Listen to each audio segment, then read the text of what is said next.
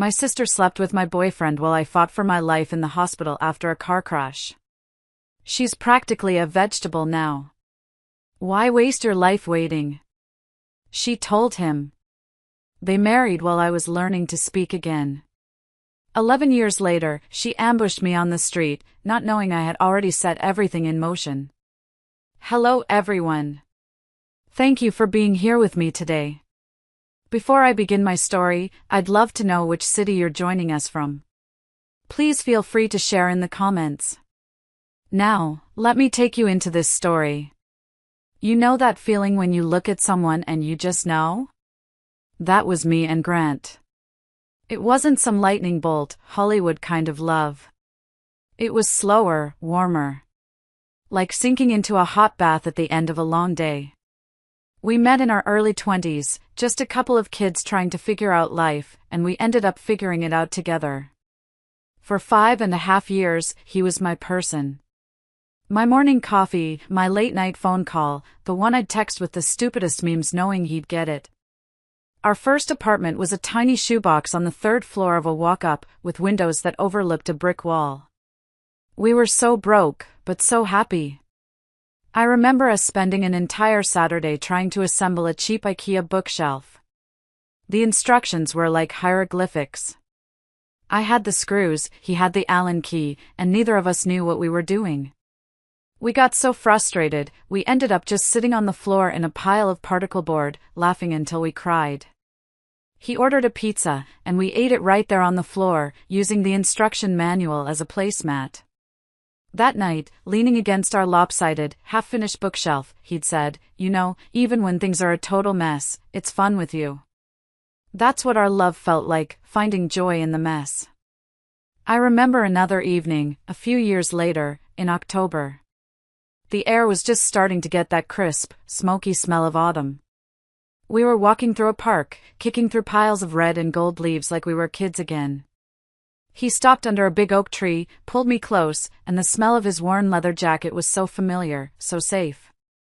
He was quiet for a long time, just holding me, and I could feel the steady beat of his heart against my cheek. He finally spoke, his voice low and serious. "You know, AUD, this is it for me. I can see it all. The little house with the slightly crooked porch, a dog that's probably too big for the living room, and you." My heart did this little flip. "Yeah?" I whispered. "Yeah," he said, pulling back to look at me.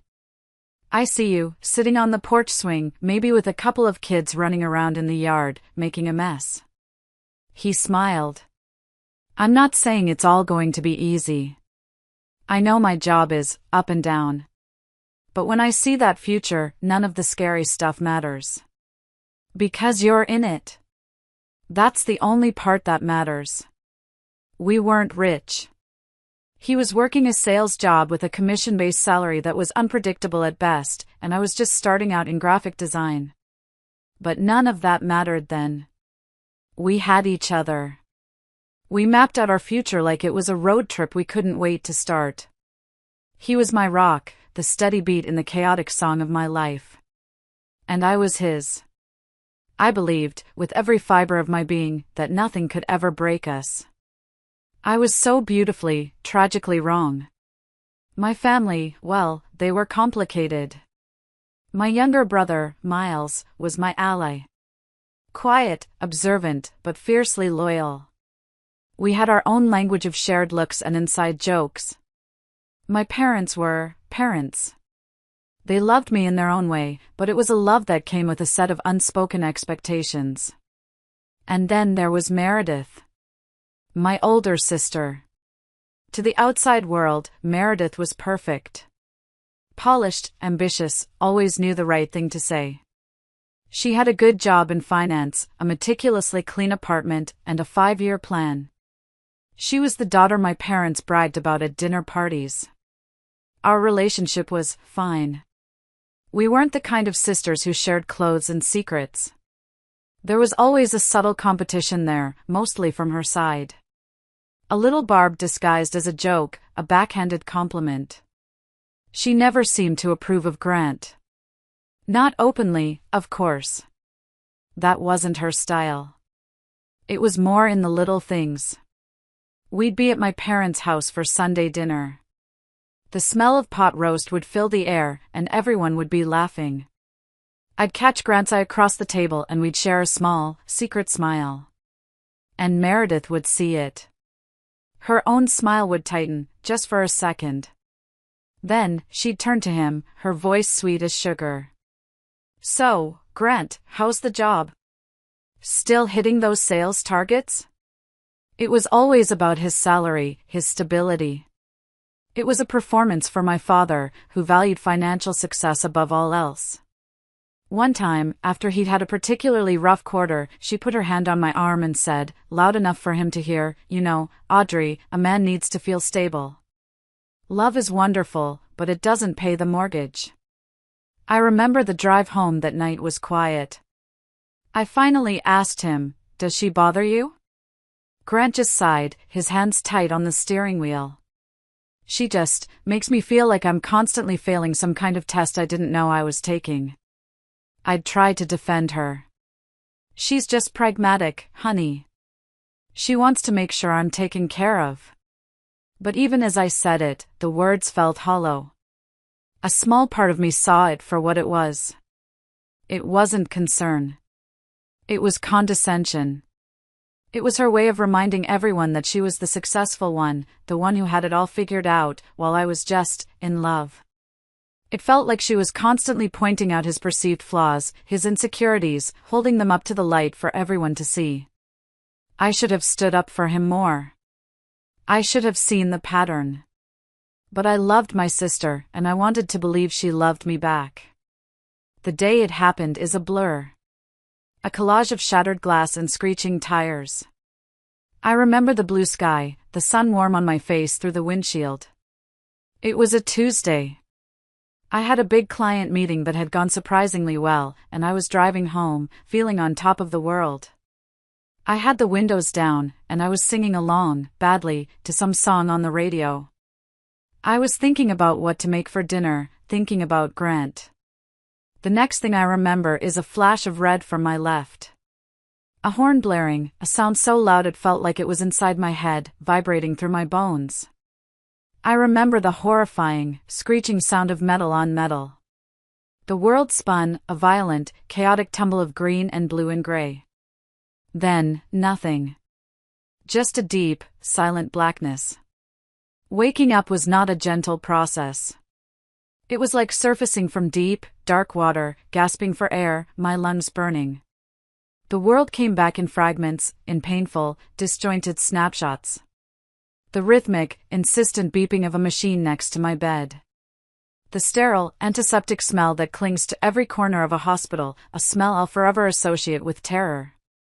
Muffled voices that sounded like they were coming from the end of a long tunnel.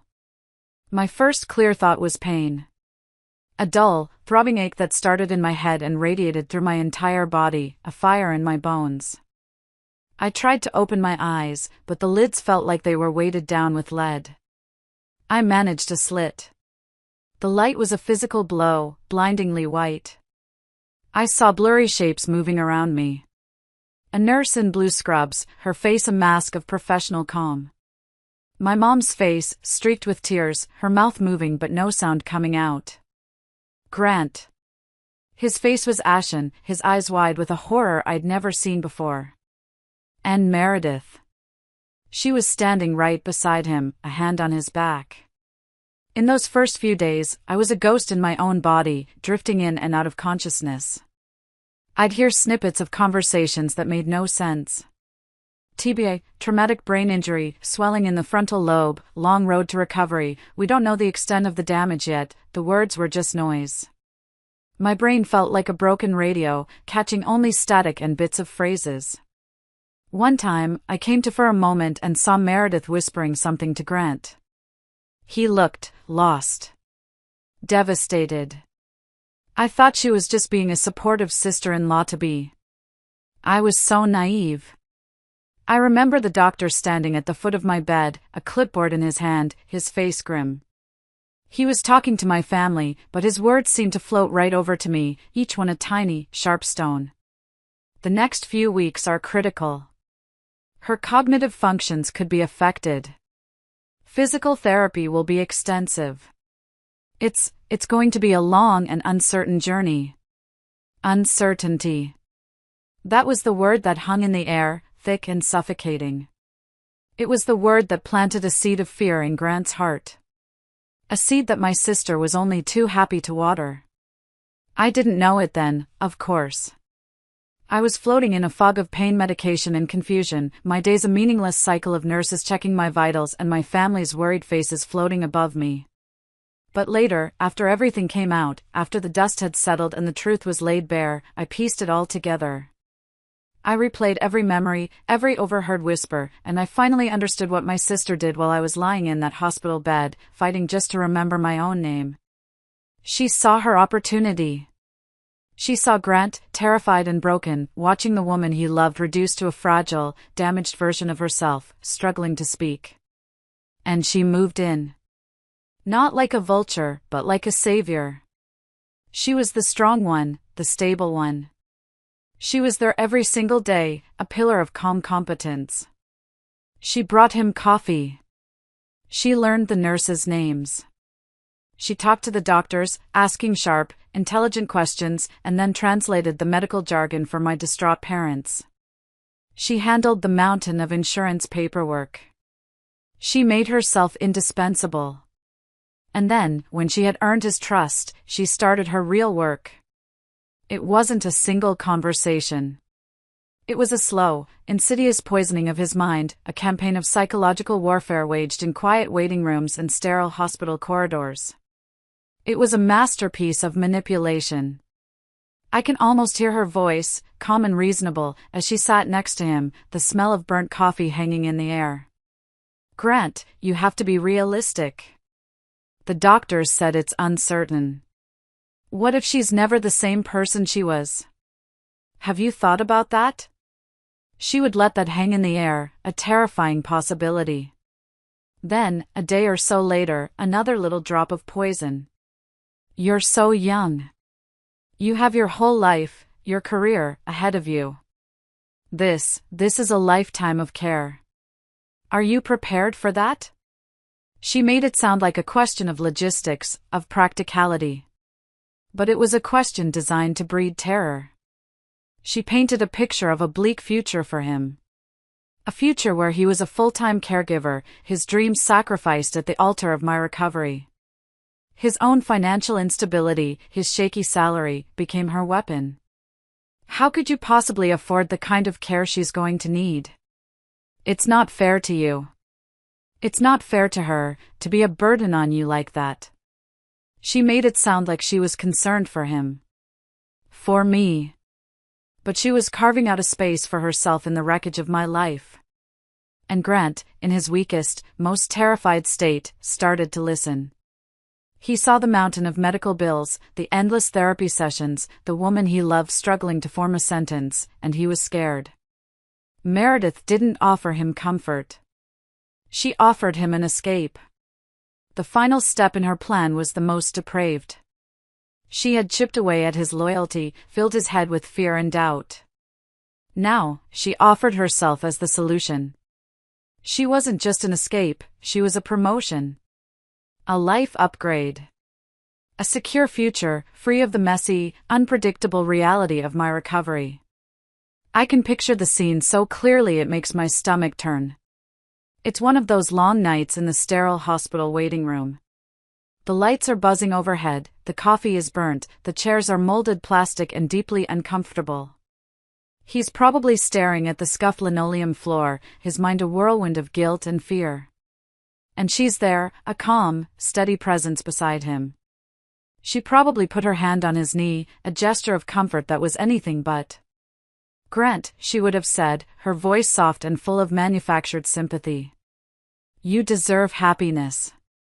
You deserve a partner who can stand beside you, not one you have to carry through life. You can't set yourself on fire to keep someone else warm." She'd use these little therapy speak phrases to make her poison sound like wisdom. And then, the final, venomous offer. "I can be that for you," she'd whisper, leaning in closer. I'm stable. I have a great career. I can help you. We could build a real life together. A good life. A life without all this sickness. You wouldn't have to worry about money, or your career, or any of this. And in that moment, she sealed his fate. And mine. The physical betrayal was just a symptom of the deeper sickness. They started sleeping together. He told me later it just happened, as if it were a weather event. But it didn't just happen. It was a calculated move.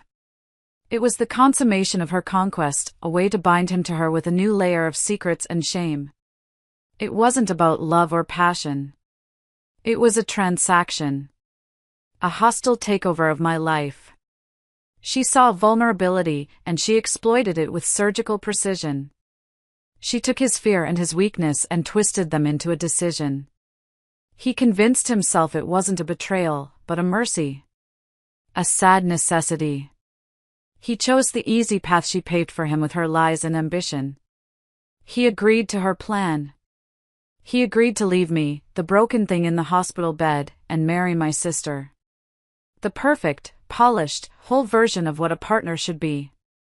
While I was oblivious, floating in my medicated haze, my brother Miles was watching. He's always been the quiet one in the family, the one you almost forget is in the room. But he doesn't miss a thing. His silence is not emptiness, it's observation. And he started to notice the little things that were wrong, the subtle shifts in the atmosphere that everyone else was too distraught to see. He noticed how Meredith would answer questions for Grant when a doctor came by. How she'd put a proprietary hand on his arm when my mother was crying. He noticed the way they'd fall silent when you walked into the waiting room, a sudden, guilty stillness. At first, he probably thought it was just the stress of the situation, two people leaning on each other in a crisis.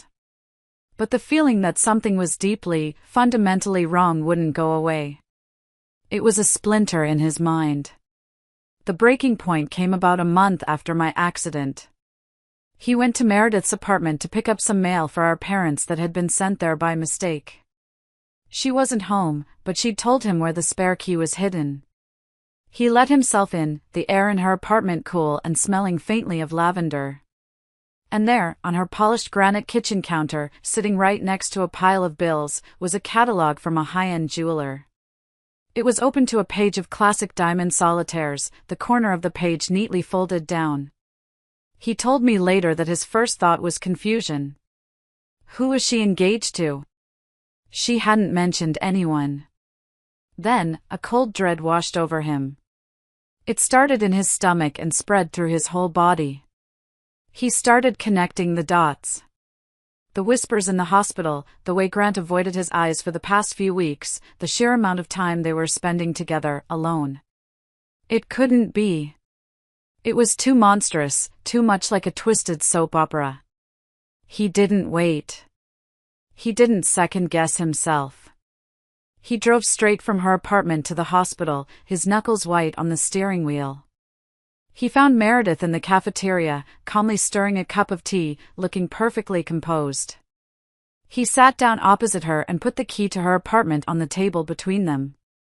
He just looked at her, his gaze unwavering.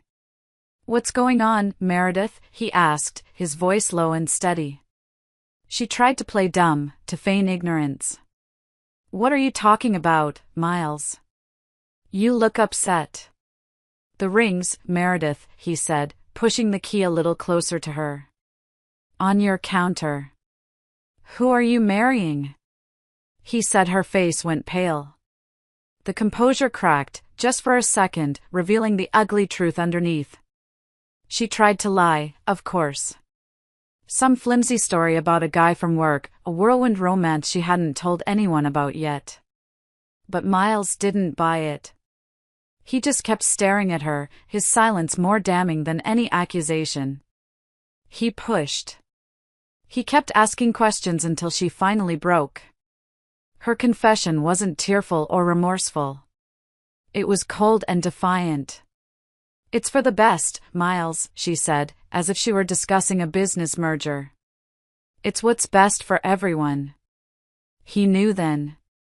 He knew he had to be the one to tell me. He couldn't let me find out from them. He had to protect me, even if the truth was going to destroy me. Miles insisted they tell me together. I think he wanted to make sure they couldn't twist the story, couldn't soften the blow with more lies. He wanted to be a witness. By this point, about 6 weeks after the accident, I was more lucid. The fog had started to lift, though my world was still a confusing jumble of physical therapy and speech exercises. I could hold a conversation, but my thoughts were slow, like wading through thick mud. Simple tasks were exhausting. They came into my room one afternoon. I remember it so vividly. The sun was streaming through the window, making little dust motes dance in the air. I had just finished a grueling session with a physical therapist and was resting. It felt so peaceful, so normal. Miles stood by the door, his arms crossed, his face a grim mask. He was a sentinel, guarding what was left of my life. Meredith and Grant sat in the 2 uncomfortable vinyl chairs next to my bed. Grant wouldn't look at me. He just stared at his hands, twisting them in his lap as if trying to wring the guilt out of them. His silence was a confession in itself. Meredith was the one who spoke. She reached out and took my hand. Her touch felt cold and alien, like a stranger's. "Audrey," she began, her voice dripping with a fake sympathy that made my skin crawl. "We have something to tell you. We know this is going to be difficult to hear. Grant and we've grown very close through all of this." I just stared at her, my slow brain trying to catch up. Close? Of course they were close. They were worried about me. That made sense. I nodded slowly. "It's more than that," she continued, her grip tightening on my hand as if to brace me. "We've spent so much time together, worrying about you, and we've realized we're in love." The words didn't register at first. They were just sounds, disconnected from meaning. Love? But Grant loved me. We had a plan. The house, the dog, the lopsided bookshelf. Then I looked at Grant. He finally lifted his head, and his eyes were full of guilt and something else. Pity. That's what broke me. The pity in his eyes. He was looking at me like I was something broken that needed to be put out of its misery.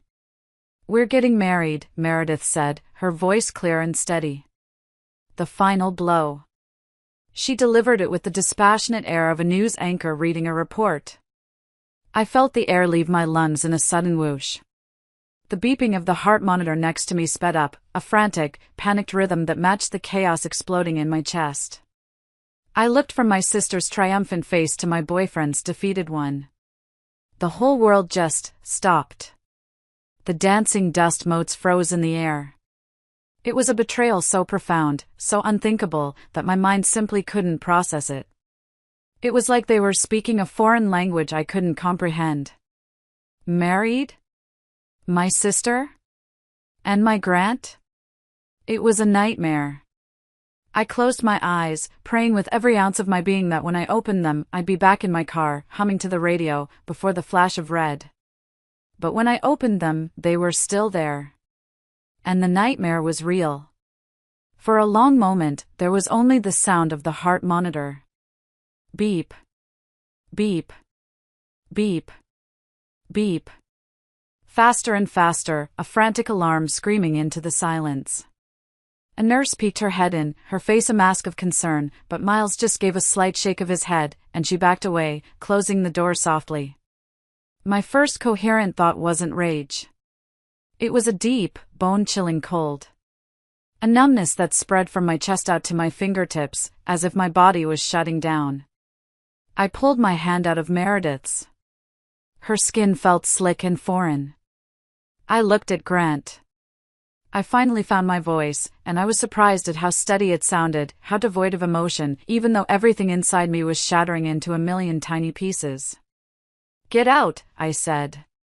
He opened his mouth to say something, probably another pathetic, pre-rehearsed apology. I could see the words forming on his lips. "No, I cut him off, the word sharp like a shard of glass. Don't say another word to me. Not one. Just get out. Meredith tried to intervene, to play the role of the reasonable adult. Audrey, be reasonable. We know this is a shock. We wanted to tell you in person because we respect you. Reasonable?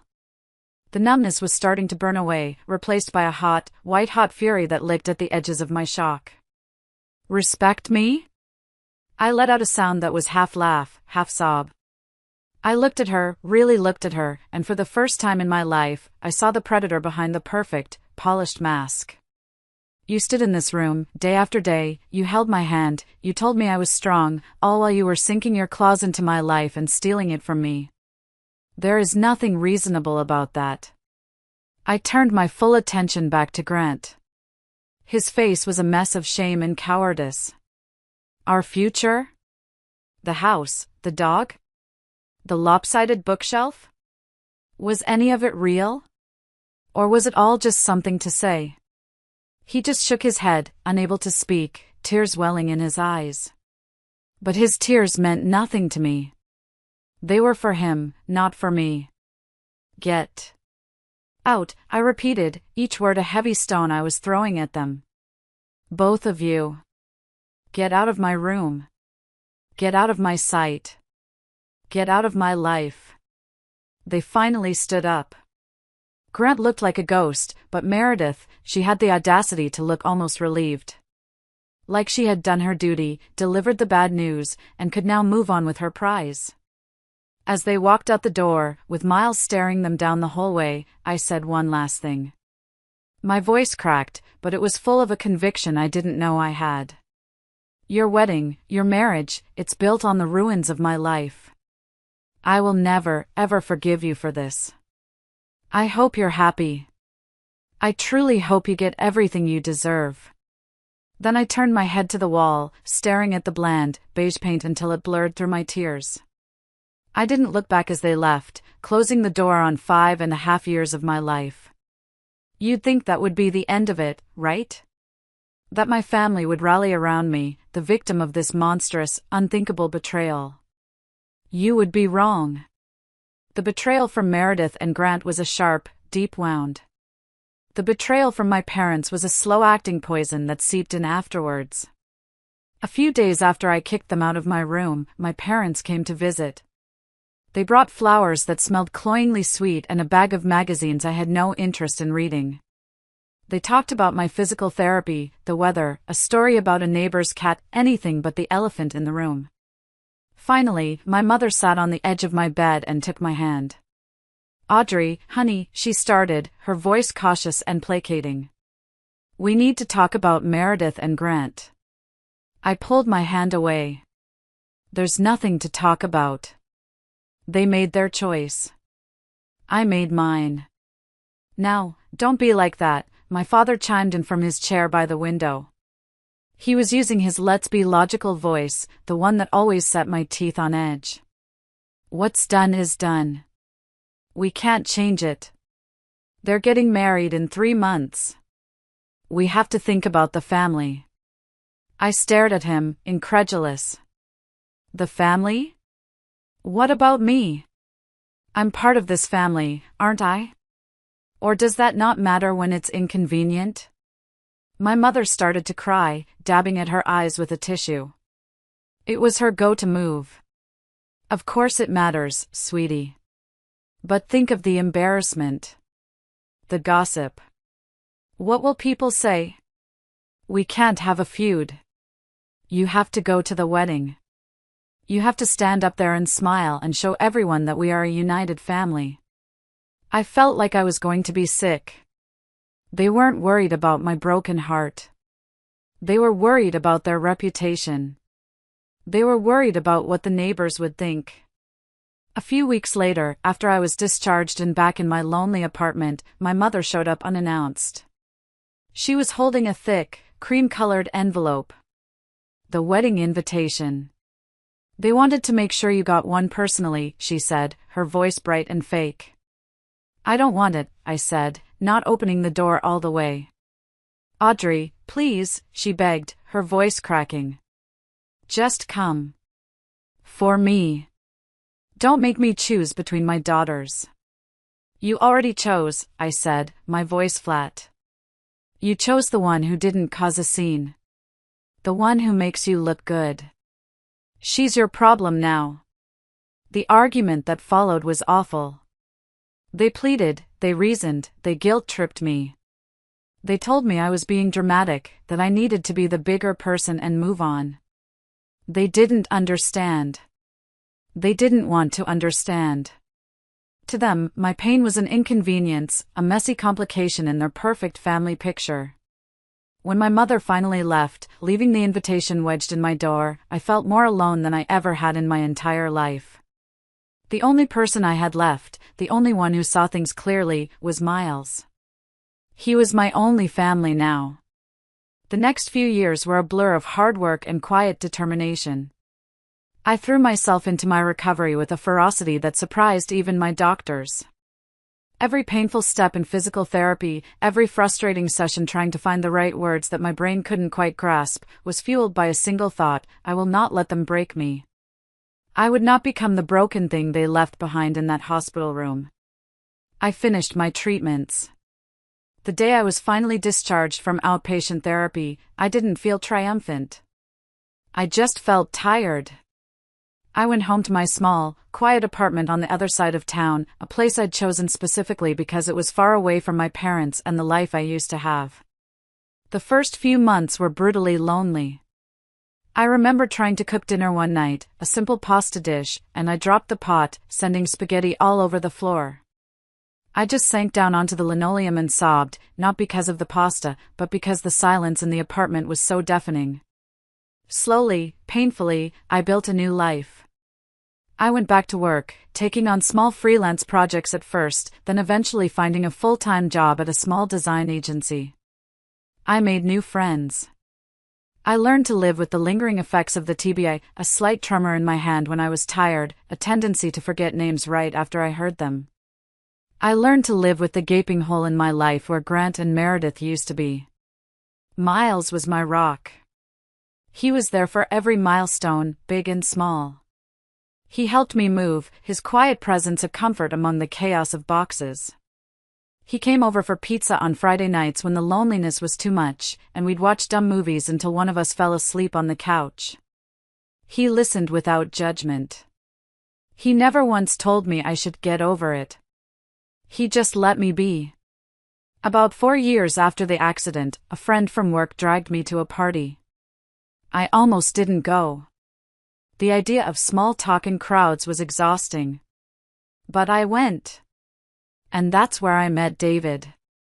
He was kind and patient and funny, with laugh lines around his eyes. He didn't seem intimidated when I struggled to find a word. He just waited. On our third date, I told him everything. I laid it all out, the whole ugly story, expecting him to run. He listened, his expression never changing, and when I was done, my voice hoarse, he just took my hand and said, "They don't deserve to have any more power over you." We got married 2 years later. It was a small, simple ceremony in a public garden. Miles walked me down the aisle. My parents came, but there was a strained politeness between us that never went away. Meredith and Grant were not invited. I heard through the family grapevine that they had 2 kids, a boy and a girl. They'd bought a big house in the suburbs. On paper, they had the perfect life. Sometimes, at night, I'd wonder if he ever thought about me. But I learned to push those thoughts away. I had my own life, a good life. I was happy. Truly. I had chosen to build my own peace, far away from the ruins of my past. I thought I had buried it for good. For 11 years, the silence held. It was a cold, brittle silence, but it was a peace I had fiercely protected. I had no contact with Meredith or Grant. I'd see them at the occasional obligatory holiday dinner at my parents' house, funerals and milestone anniversaries where my absence would cause more drama than my presence. We'd exchange cold, polite nods from across the room. It was an unspoken truce. We lived in separate worlds, orbiting the same family sun but never letting our paths cross. Then, last year, a few months before my wedding anniversary, I had a health scare. It started subtly. Headaches that wouldn't quit. A dizzy spell in the grocery store that left me gripping the shopping cart, my knuckles white. It was nothing like the accident, but the fear was familiar. My doctor ran a bunch of tests, MRIs, blood work, the whole terrifying gauntlet. The waiting was agony. Finally, he concluded it was all stress-related. A nasty, prolonged bout of severe migraines. He told me to slow down, to delegate, to take better care of myself. David was amazing, of course. He took over everything, cooking, cleaning, fielding work calls for me, forcing me to rest on the couch with a blanket and endless cups of tea. I told Miles, but we agreed not to tell my parents until we knew what was going on, to avoid unnecessary panic. But of course, they found out. A well-meaning aunt saw me looking pale at a family function and called my mother. And my mother, in a moment of misguided panic, called Meredith. And just like that, the ghost I had buried for over a decade woke up and started rattling its chains. It started with a text to Miles. Meredith, Mom told me about Audrey's health scare. How is she? I'm so worried. Miles, ever my protector, knew exactly what this was. It wasn't concern. It was an opening. He replied with a curt, "She's fine. It's under control." But Meredith wouldn't let it go. The texts kept coming, each one more insistent than the last. Meredith, can you give me her number? I just want to reach out, let her know I'm thinking of her. I have a right to speak to my own sister. Miles, no. Meredith, Miles, this is ridiculous. We're family. Life is too short for this. What if something serious had happened? I need to know these things. Miles sent her one last message, his anger palpable even through the text. You lost that right 11 years ago when you decided you weren't her sister anymore. Leave her alone. Then he blocked her number. I thought that would be the end of it. But I had forgotten how relentless my sister could be when she wanted something. She couldn't get to me through Miles, so she decided to take a more direct approach. She knew David and I usually had dinner at Miles's house on Friday nights. It was our weekly tradition. And she decided to use that knowledge to set a trap. It was a cool evening in early April, the kind of night that feels full of promise. David and I were leaving Miles's house, walking down his familiar, tree-lined street. We were laughing about some stupid joke Miles had made, my hand tucked into the crook of David's arm. The streetlights cast a warm, yellow glow, and the air was filled with the sweet smell of blooming jasmine from a neighbor's yard. It felt peaceful. Safe. The health scare was behind me, and life felt good again.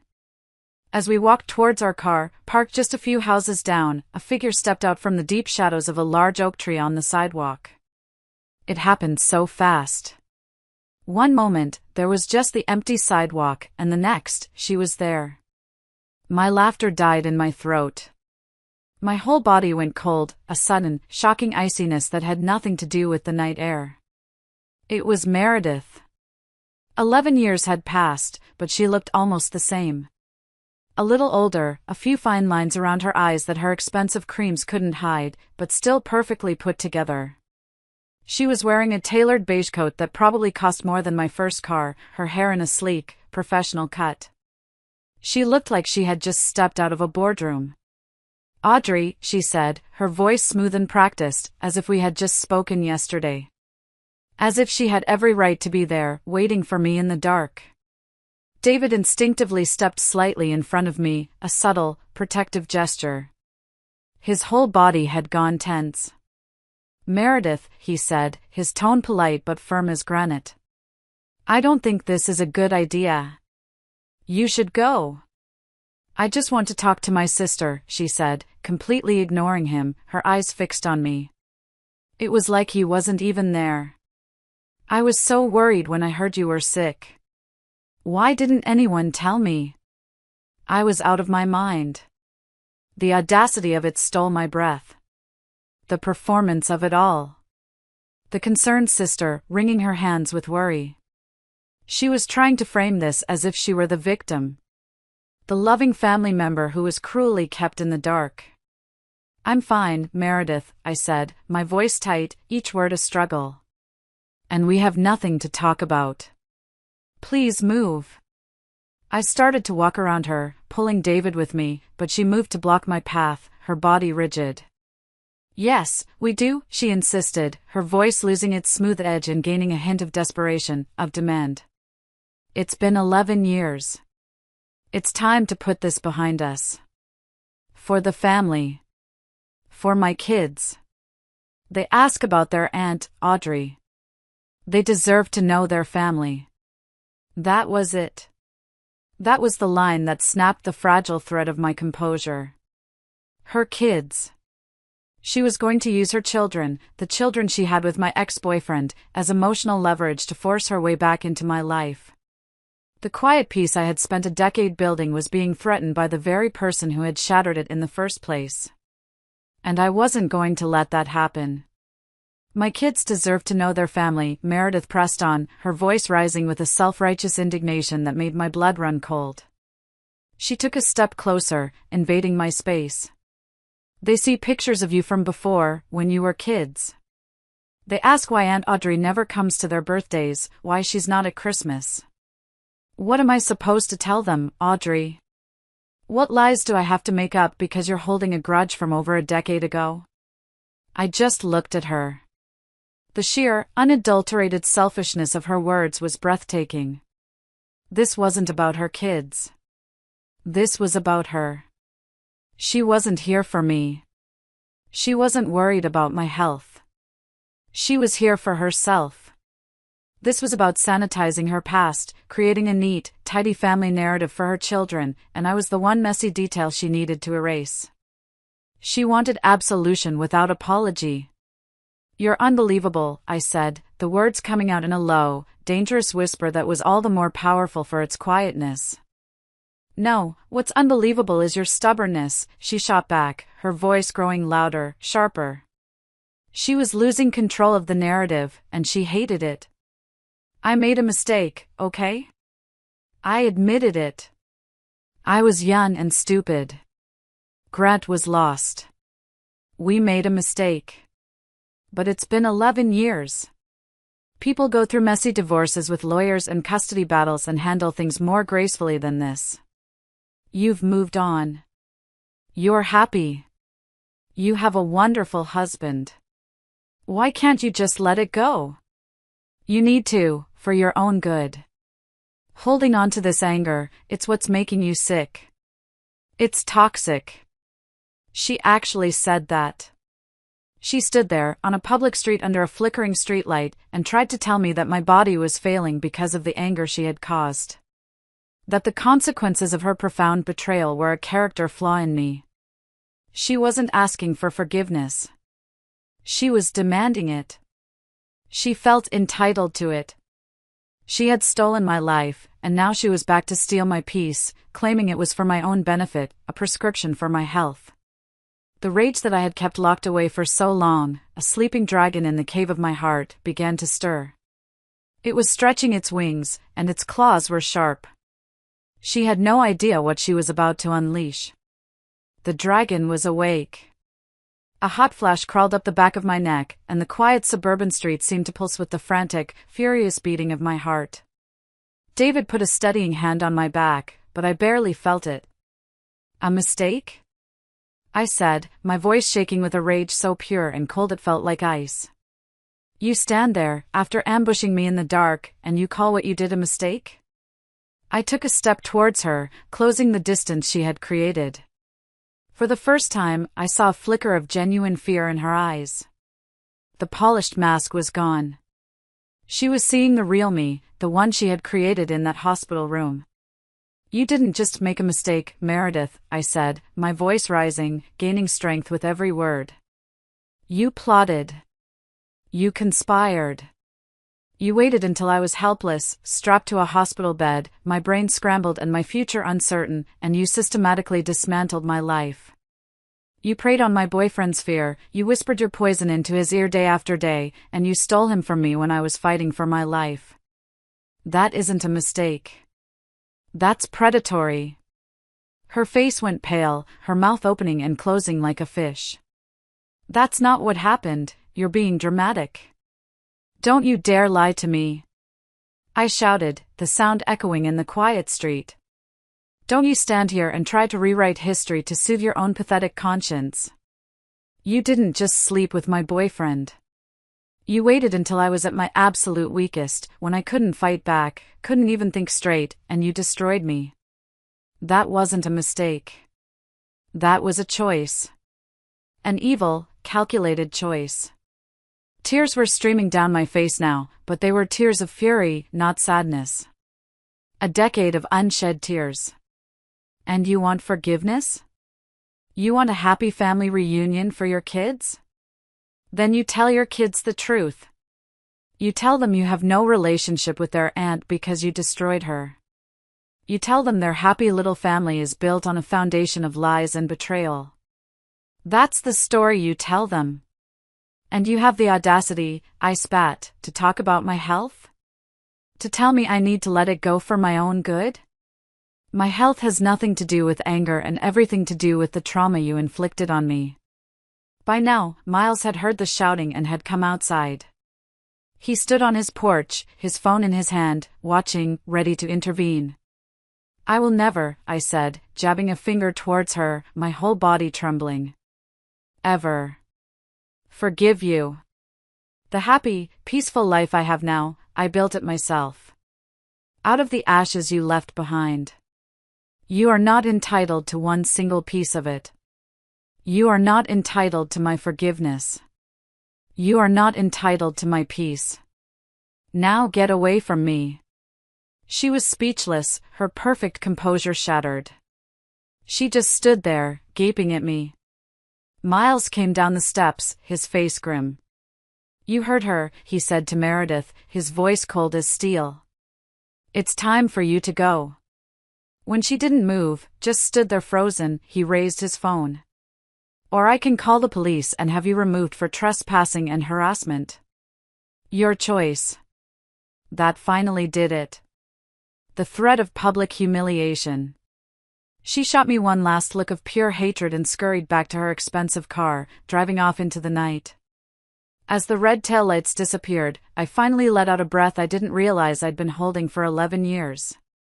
If you're still listening to this, please, do me a favor. Help me out by liking this video and just comment with the number 1 down below. It lets me know you gave me a like, and it tells me you're here with me on this journey. Your support means more than you know, it truly does. Just comment with the number 1, and then I'll tell you the very last part of my story. The aftermath of the confrontation was surprisingly quiet. Meredith didn't try to contact me or Miles again. There were no angry texts, no dramatic voicemails. I think, for the first time, she understood that some doors are meant to stay closed forever. The finality in my voice had finally gotten through to her. The only fallout was the inevitable and exhausting phone call from my parents. My mother called the next day, her voice trembling with disappointment. Audrey, Miles told us what happened, she said. I can't believe you had him call the police on your own sister. Your own flesh and blood. I was too tired to be angry anymore. I sat on my couch, the morning sun streaming in, and I just felt weary. Mom, she ambushed me on the street. She was screaming at me. She refused to leave. What did you expect us to do? But she was just trying to make amends. She feels terrible, my mother insisted. You have to be willing to meet her halfway. What happens when we're gone? At our funeral, are you two just going to stand on opposite sides of the room and glare at each other? What about the inheritance?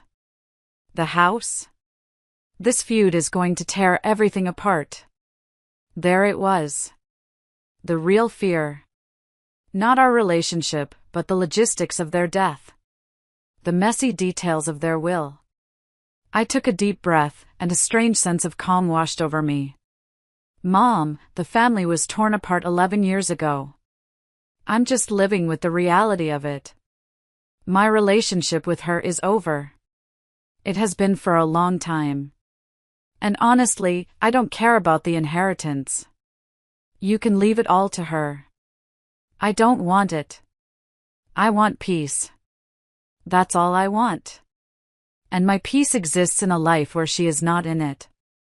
Nothing is going to change that. Not a funeral, not a house, nothing. There was a long silence on the other end of the line.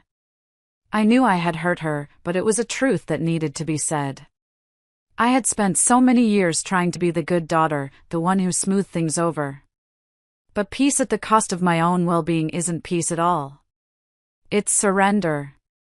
David and Miles have been my true family. They stood by me without question. They never asked me to be the bigger person or to forgive for the sake of appearances. They just loved me and respected my boundaries. Someone once told me that holding on to anger is like drinking poison and expecting the other person to die. For a long time, I believed that. I felt guilty for not being able to forgive Meredith. But now, I see it differently. Forgiveness isn't a requirement for healing. Sometimes, not forgiving is an act of self-preservation.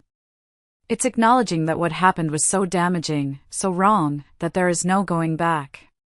It's choosing to protect the peaceful life you've fought so hard to build. I don't owe them forgiveness. But I owe myself peace. And my peace is found in a life where Meredith and Grant are nothing more than ghosts of a past I survived. That is my choice. And it's a choice I will protect, always. Thanks for listening to my story. If you've been through anything like this, or just feel for what I went through, I'd love to hear from you in the comments. And if you think someone else needs to hear this, please feel free to share. It helps to know we're not alone.